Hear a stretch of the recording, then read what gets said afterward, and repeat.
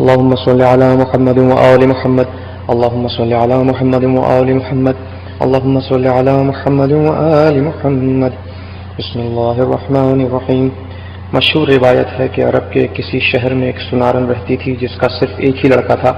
ایک روز جب سنارن کنویں پر پانی بھرنے گئی تو اس کا لڑکا بھی اس کے ساتھ ہو لیا۔ سنارن لڑکے کو کنویں کے قریب بٹھا کر پانی بھرنے لگی۔ کنویں کے دوسری طرف ایک کمہار رہتا تھا جس کی بھٹی اس وقت خوب دہک رہی تھی۔ لڑکا کھیلتے کھیلتے اس طرف نکل گیا۔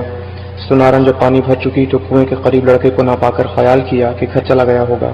واپس گھر پہنچی تو گھر پر بھی لڑکا موجود نہ تھا۔ آخر ماں تھی بہت پریشان ہوئی اور روتی پیٹتی اپنے لخت جگر کی تلاش میں دوبارہ گھر سے نکلی۔ کنویں کے قریب آئی، جگہ جگہ ڈھونڈا، سرگرداں پریشان پھرتی رہی، ہر ایک سے پوچھا مگر کوئی سراغ نہ ملا، کہیں پتہ نہ چلا۔ اسی طرح شام ہو گئی، یکایک شور ہوا کہ سنارن کا لڑکا کمہار کے آبے میں گر کر جل گیا ہے۔ یہ سن کر اسے انتہائی صدمہ ہوا اور اس قدر روئی کہ غش آ گیا۔ عالم غشی میں کیا دیکھتی ہے کہ ایک معظمہ نورانی چہرہ نقاب پوش تشریف لائی ہیں اور فرماتی ہیں کہ غم نہ کر، تیرا لڑکا بہت جلد تجھ سے ملے گا۔ تو نیت کر لے کہ اگر میرا لڑکا صحیح و سالم بھٹی میں سے زندہ کھیلتا کودتا نکل آئے تو میں جناب سیدہ سلام اللہ علیہ کی کہانی سنوں گی۔ سنارن نے فوراً عالم غشی ہی میں نیت کر کے منت مان لی۔ جب آنکھ کھلی تو واقعی سنارن نے دیکھا کہ لڑکا خدا کے فضل و کرم سے ہنستا کھیلتا زندہ سلامت چلا آ رہا ہے اور ایجاد جناب سیدہ سے اس کے جسم پر آگ نے کوئی اثر نہیں کیا، یہاں تک کہ لباس بدن بھی محفوظ رہا۔ اللہم صلی علی محمد وآل محمد۔ سنارن بچے کو لے کر خوشی خوشی بازار گئی، 2 پیسے کی شیرنی لی اور پڑوسیوں سے کہا کہ میری مراد پوری ہوئی، میرے گھر چل کر جناب سیدہ سلام اللہ علیہ کی کہانی سنا دو اگر کسی کو یاد ہو۔ 6-7 گھر پھری لیکن ہر ایک نے یہی کہا کہ نہ ہمیں کہانی یاد ہے اور نہ اتنی فرصت کہ ان فضول باتوں کی طرف توجہ دیں۔ سنارن سب سے مایوس ہو کر جنگل کی طرف چل دی۔ کچھ دور چل کر وہی نقاب پوش معظمہ نظر آئیں اور فرمایا کہ اے خاتون مت رو، چادر بچھا کر بیٹھ جا، میں کہانی کہتی ہوں تو سن۔ پھر آپ نے فرمایا شہر مدینہ میں ایک یہودی رہتا تھا، اس کی لڑکی کی شادی تھی۔ وہ یہودی جناب رسول خدا صلی اللہ علیہ وآلہ وسلم کی خدمت میں آیا اور کہنے لگا کہ میری لڑکی کی شادی ہے، آپ اجازت دیں تو میں شرط پاؤں کہ جناب سیدہ میرے گھر تشریف لے چلیں۔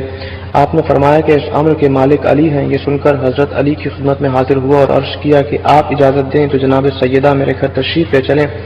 آپ نے فرمایا کہ اس امر کی مالک خود جناب سیدہ ہیں۔ اس کے بعد یہودی نے جناب سیدہ کے دروازے پر آواز دی کہ اے بنت رسول، میری لڑکی کی شادی ہے، اگر آپ تشریف لے چلیں تو میری عزت بڑھ جائے گی۔ آپ نے فرمایا کہ جناب امیر علیہ السلام سے اجازت لے لوں تو چلوں۔ یہودی نے کہا کہ میں جناب رسول خدا اور حضرت شیر خدا کی خدمت میں گیا تھا، سب نے آپ ہی کو مختار کیا ہے۔ جناب سیدہ یہ سن کر متفکر ہوئیں۔ اتنے میں جناب رسول خدا خود تشریف لے آئے اور جناب سیدہ نے فرمایا کہ بابا جان، یہودی کی یہاں سے آدمی آیا ہے، آپ کیا فرماتے ہیں، اس کے گھر جائیں یا نہ جائیں؟ آپ نے فرمایا بیٹی تم کو اختیار ہے۔ جناب سید نے عرض کیا کہ بابا جان، آپ کی سخت توہین ہوگی کیونکہ ان کی عورتوں کے جسم پر عمدہ اور نفیس لباس و زیورات مزین ہوں گے اور میرے پاس وہی پھٹے پرانے کپڑے ہیں جس میں جا بجا خرمے کے پیوند لگے ہیں۔ رسول خدا نے فرمایا بیٹی اسی حالت میں جاؤ جو مرضی ہے معبود۔ چنانچہ جناب سیدہ جانے کو تیار ہو گئیں۔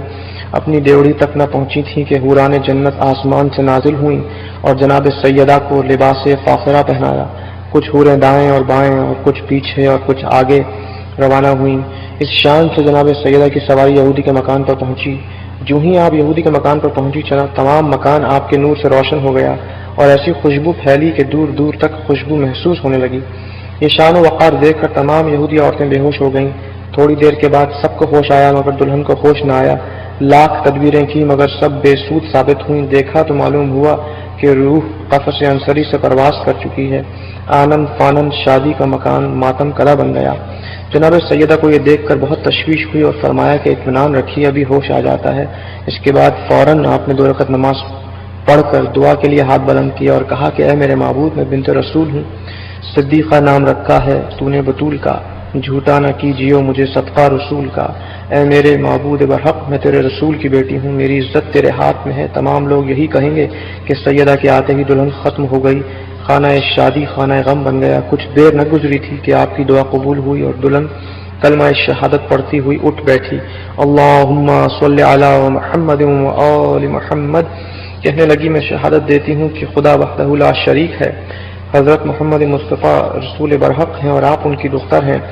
آپ مجھ کو مذہب اسلام کی تعلیم فرمائیں۔ اور اس طرح صدق دل سے وہ عورت مسلمان ہو گئی۔ جناب فاطمہ زہرا کا یہ اعجاز دیکھ کر 500 یہودی مرد اور عورت مسلمان ہو گئے، اور آپ کو سب نے نہایت عزت و حرمت کے ساتھ رخصت کیا۔ ایک عورت آپ کی کنیزی میں دی اور آپ اپنے دولت خانے پر واپس تشریف لے آئیں۔